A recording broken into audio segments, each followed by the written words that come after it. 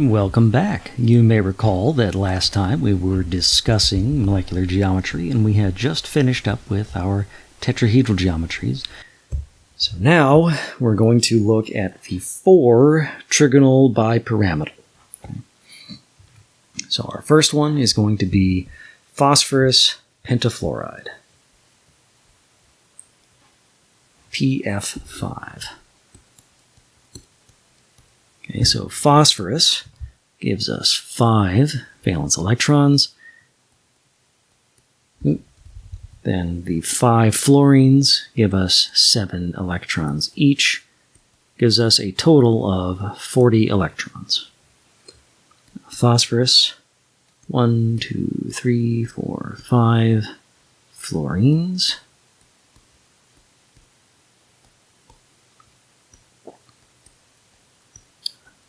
Leaves us with 30 electrons. And now the super fun part, we put the non-bonding pairs. 2, 4, 6, 8, 10, 12, 14, 16, 18, 20, 22, 24, 26, 28, 30. That uses up the last of our electrons. All right, so that is phosphorus pentafluoride, the Lewis structure at any rate. We still have 5 electron domains as expected, and 0 non-bonding pairs. It's almost like I chose these examples deliberately. So our electron domain geometry is trigonal bipyramidal. Our molecular geometry, ditto. So here's phosphorus at the middle, 1 fluorine up, 1 fluorine down, 1 fluorine to the side, 1 fluorine coming out, the other fluorine going back. Okay.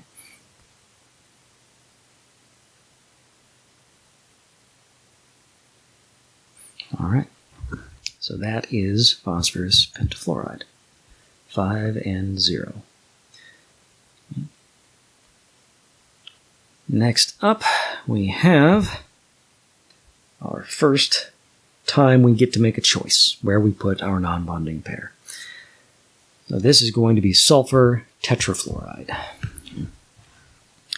So SF4, 6 plus 4 times 7 equals 34 electrons. Sulfur in the middle. 4 fluorines uses up 8 electrons. Then 2, 4, 6, 8, 10, 12, 14, 16, 18, 20, 22, 24. Sorry, now this is 26 minus 24 electrons leaves us with 2 that then go on sulfur. All right.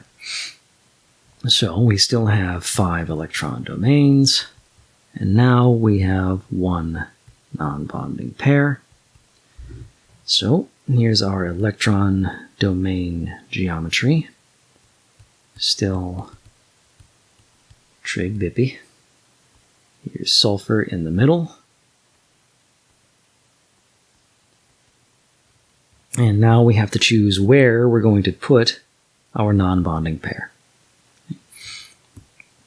And for our trigonal bipyramidal molecules, the non-bonding pairs always go equatorial.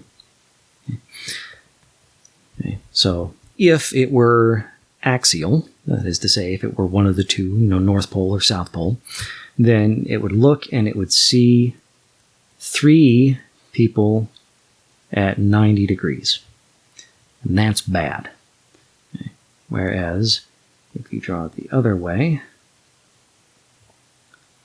and here is your electron pair, it sees 2 at 90 degrees.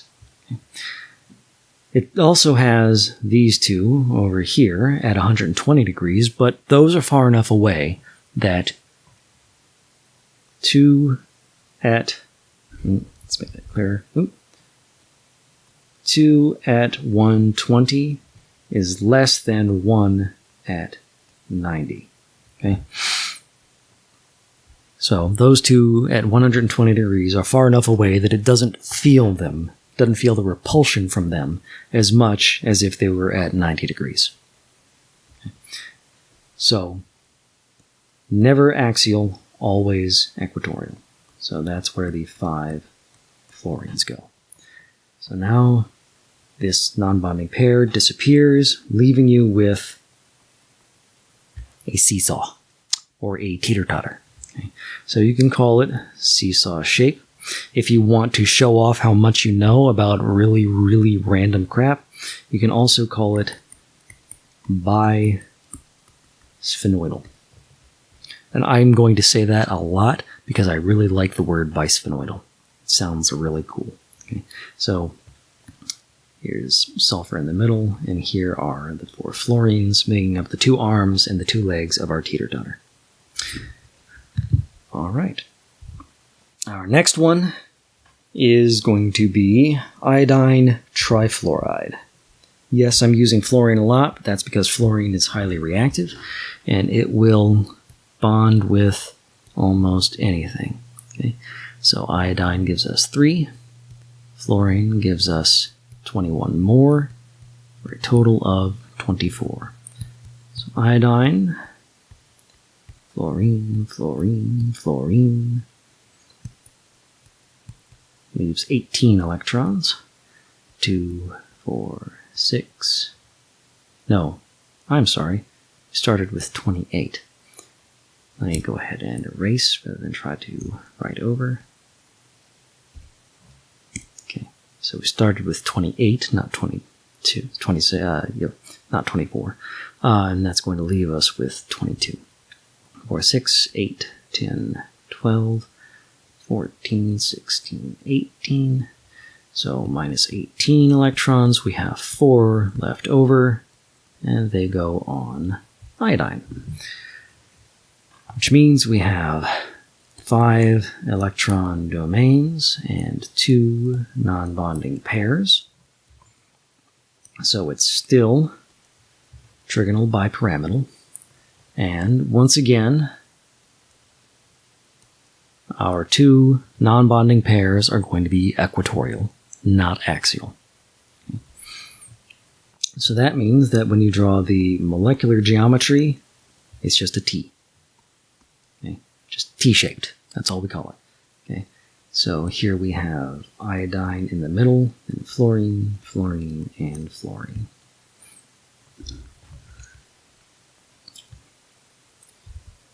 And our final trigonal bipyramidal, we're going to do Xenon Difluoride.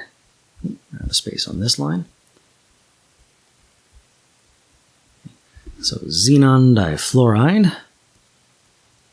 Yes, xenon is a noble gas, but fluorine is so reactive it will crap on xenon until it does what it wants. So xenon gives us 8. Fluorine gives us 2 times 7 for 14, for a total of 22 electrons. So xenon bonds to each of the fluorines, using up 4 electrons. 18, 2, 4, 6, 8, 10, 12, leaving us with 6 electrons. 2, 4, and 6. Okay. It uses them all up, no electrons left over. We have 6 electron domains and 3 non-bonding pairs. So the electron domain geometry is still trig-bippy. And all 3 of our non-bonding pairs are equatorial. So once all 3 of those disappear, that leaves us with a molecular geometry that's just linear. So it went from really simple, or from really complicated to really simple. Okay? So now it's just 180 degrees. That reminds me, I forgot to talk about bond angles over on our bisphenoidal and T-shaped. All right. So technically, the non-bonding pair up here that's invisible squeezes these two fluorines down and squeezes these two together. So this bond angle is very slightly less than 120 degrees, and these bond angles are very slightly less than 90 degrees. But it's when I say very slight, I mean very, very slight. Remember that, let's see, coming up here to this one, our trigonal planar that got squeezed down, this only got squeezed down to 118 degrees from 120, and that was with 2 oxygens pushing back against the non-bonding pair.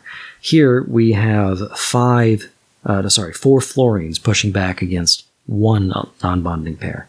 So the bond angles aren't going to change very much, but that change is still there, and it's something we can see if we look really close.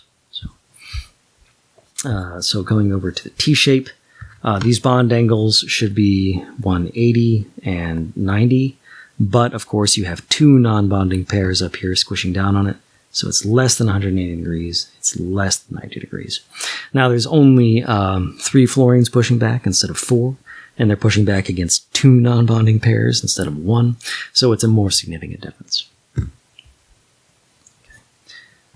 And now we come back over here to xenon difluoride, and this is exactly 180 degrees. Okay, the 3 non-bonding pairs are all in the equatorial plane around xenon, so they are sort of canceling each other out on that score. Okay. All right, and that does it for the trig-bippy shape.